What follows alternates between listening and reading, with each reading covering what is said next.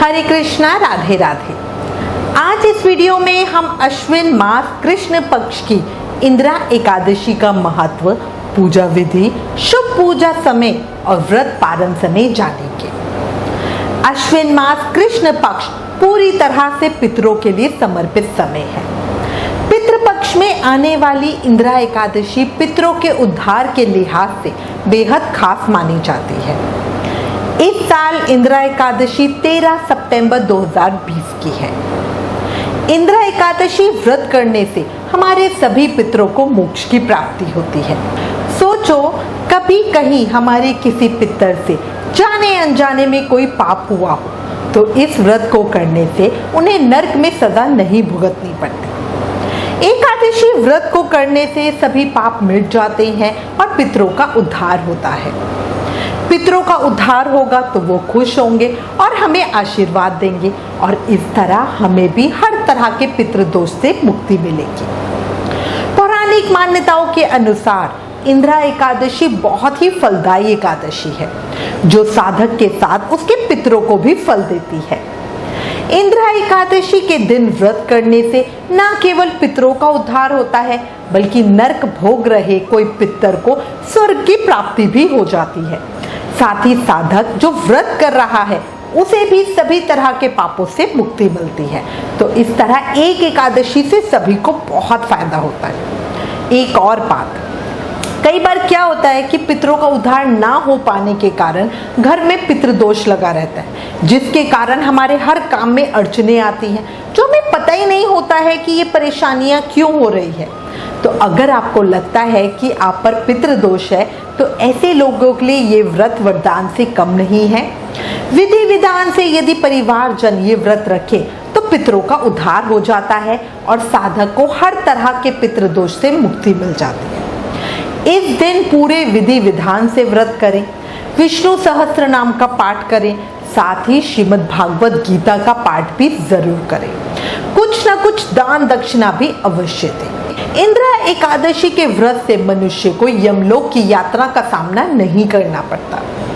पद्म पुराण में तो ये भी कहा गया है कि श्राद्ध पक्ष में आने वाली इस एकादशी का पुण्य अगर पितृगणों को दिया जाए तो नरक में गए पितृगण भी नरक से मुक्त होकर स्वर्ग चले जाते हैं। साथ ही साधक को भी बैकुंठ धाम की प्राप्ति होती है।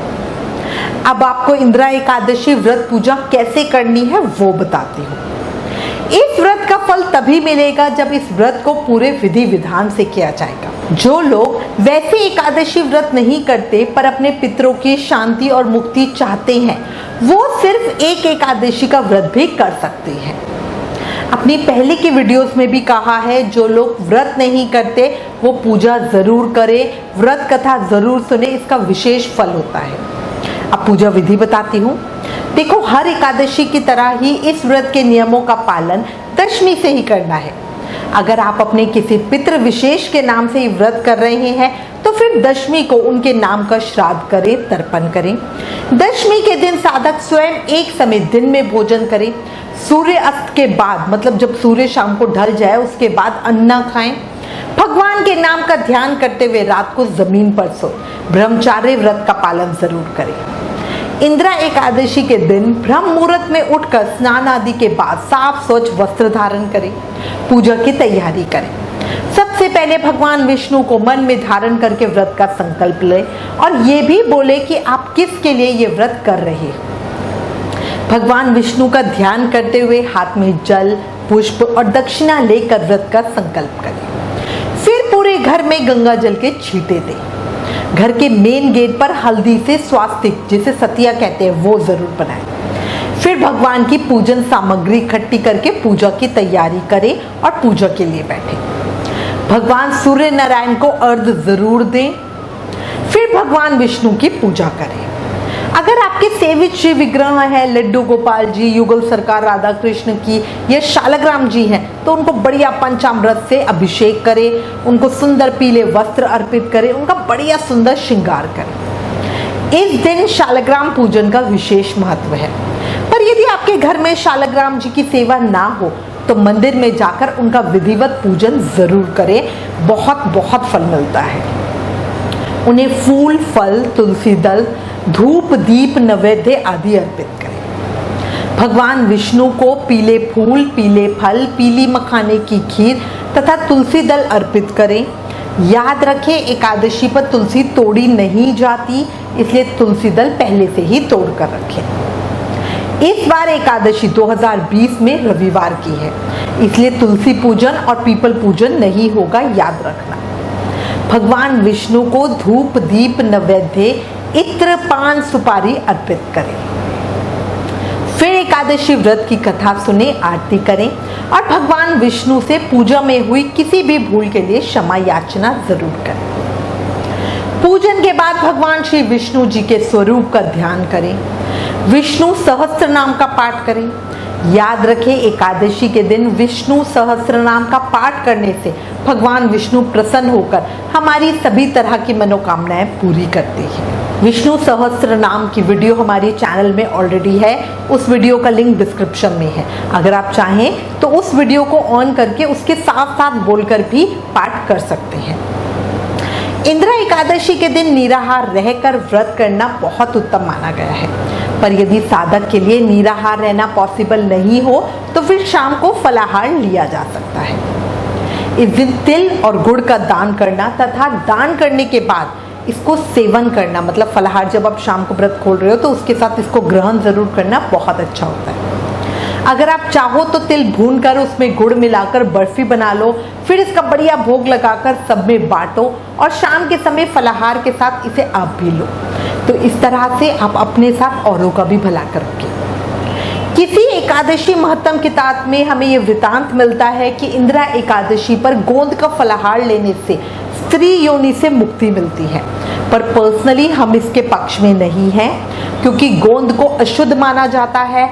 ऐसा वृतांत श्री देवराज इंद्र की कथा में मिलता है, जिसके कारण स्त्रियां मासिक धर्म से होती है। ये कथा भी हमारे चैनल पे है, अगर आपने अभी तक वो नहीं सुनी तो जरूर सुनना, उस वीडियो का लिंक डिस्क्रिप्शन में है। इस दिन ज्यादा से ज्यादा मंत्र जाप, नाम जाप करें। जैसे अगर समझो रोज में आप 2 माला करते हो तो एकादशी पे कम से कम 4 करो।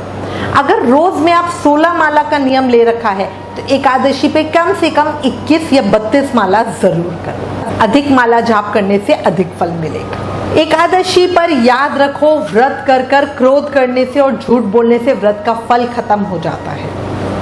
एकादशी के दिन पके हुए अन्न का दान नहीं किया जाता। आप कच्चा अन्न दान कर सकते हो, बट पका हुआ अन्न मतलब कुछ बनाने के बाद वो दान नहीं करना चाहिए। एकादशी पर श्राद्ध भी नहीं किया जाता।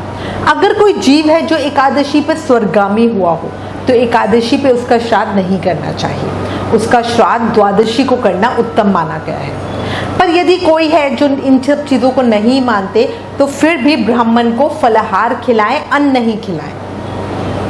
शाम को आकाश में पितरों के निमित्त दीपदान करें। इस दिन पितरों की याद में एक तुलसी का पौधा घर में या मंदिर में जरूर लगवाएं और किसी सार्वजनिक स्थल पर पीपल का पौधा लगाना भी बहुत उत्तम माना गया है। पर इस बार 2020 में एकादशी रविवार की है, इसलिए ये दोनों काम पितरों के नाम से द्वादशी को किए जाएंगे, एकादशी वाले दिन नहीं। निर्धनों को फल का दान जरूर करें। पूरा दिन व्रत रखें। रात को जागरण करने का, भजन कीर्तन करने का बहुत उत्तम फल माना गया है। अगर आप पूरी रात नहीं जाग सकते तो थोड़ा समय अवश्य ही भजन कीर्तन करें। द्वादशी के दिन स्नान आदि करके पूजा करें और ब्राह्मणों को भोजन करा के दान दक्षिणा दें। फिर अपने व्रत का पालन करें। व्रत पारण की विधि भी वीडियो चैनल में ऑलरेडी है, बट याद रखें, पारण के समय तो हम चने खाते हैं, पर जब बाद में भोजन करें तो वो मौन रह के करें, मतलब ऐसे किसी से बात करते हुए भोजन ना करें। व्रत पारण के बाद हमें भोजन शांत रह के करना चाहिए।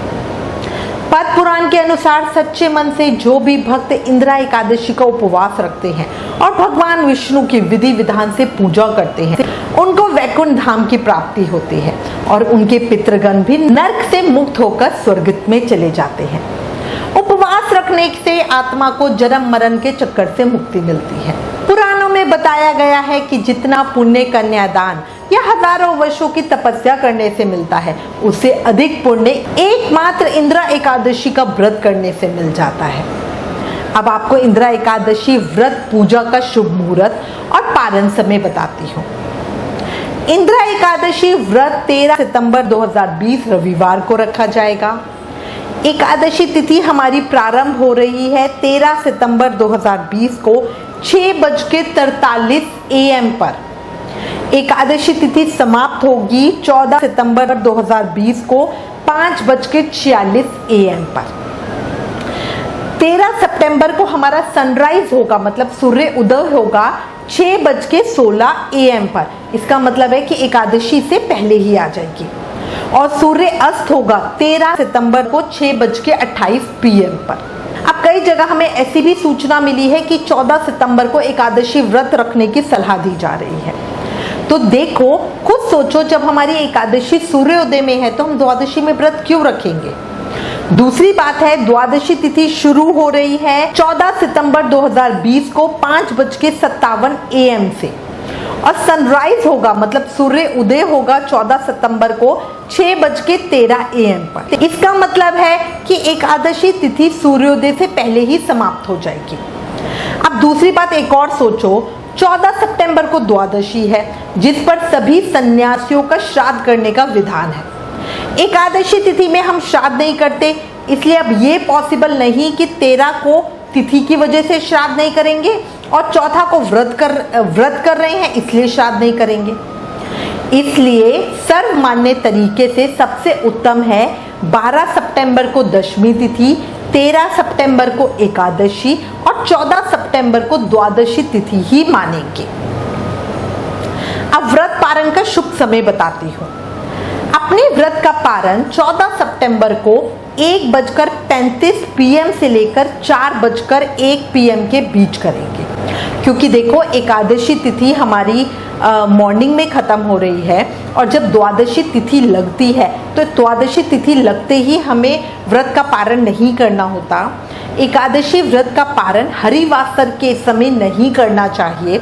जो श्रद्धालु व्रत करते हैं उन्हें व्रत तोड़ने से पहले हरिवासर समय समाप्त होने की प्रतीक्षा करनी चाहिए। अब हरिवासर होता क्या है? हरिवासर द्वादशी तिथि की पहली 1/4 अवधि होती है। हरिवासर इसीलिए मैं आपको कह रही हूँ कि ऐसा नहीं कि जैसे द्वादशी तिथि शुरू हो हम अपना व्रत खोल लें। हरिवासर समाप्ति का समय 14 सितंबर को 8:50 AM पर होगा। एकादशी व्रत का पारण द्वादशी तिथि समाप्त होने से पहले करना हमेशा उत्तम होता है। यदि द्वादशी तिथि सूर्योदय से पहले ही समाप्त हो गई हो तो एकादशी व्रत का पारण सूर्य उदय के बाद होता है। द्वादशी तिथि के भीतर पारण न करना पाप के समान माना जाता है, पर बहुत बार ऐसी स्थिति आती है कि द्वादशी तिथि में हमारा व्रत होता है, तब हम द्वादशी तिथि समाप्त होने के बाद त्रयोदशी तिथि लगने पर अपने व्रत का पारण करते हैं। अब जो हमारी द्वादशी तिथि है वो समाप्त होगी 15 सितंबर 2020 को 1:29 AM पर, मतलब अर्ली मॉर्निंग के समय। जो प्रदोष व्रत है वो 15 सितंबर को किया जाएगा। खाटू श्याम जी मंदिर सीकर में, राधा रमन जी मंदिर और शिव बांके बिहारी जी मंदिर वृंदावन में सभी जगह 13 सितंबर को ही व्रत रखा जाएगा। अब मैं उम्मीद करती हूँ इस वीडियो में दी गई जानकारी आपके लिए उपयोगी होगी। इससे रिलेटेड अगर आपके पास कोई भी कमेंट्स या सजेशन है तो प्लीज हमें लिखें। ज्ञान बांटने से बढ़ता है, इसलिए इस वीडियो को ज्यादा से ज्यादा शेयर करें। Please like, share and subscribe. Thank you. Hare Krishna.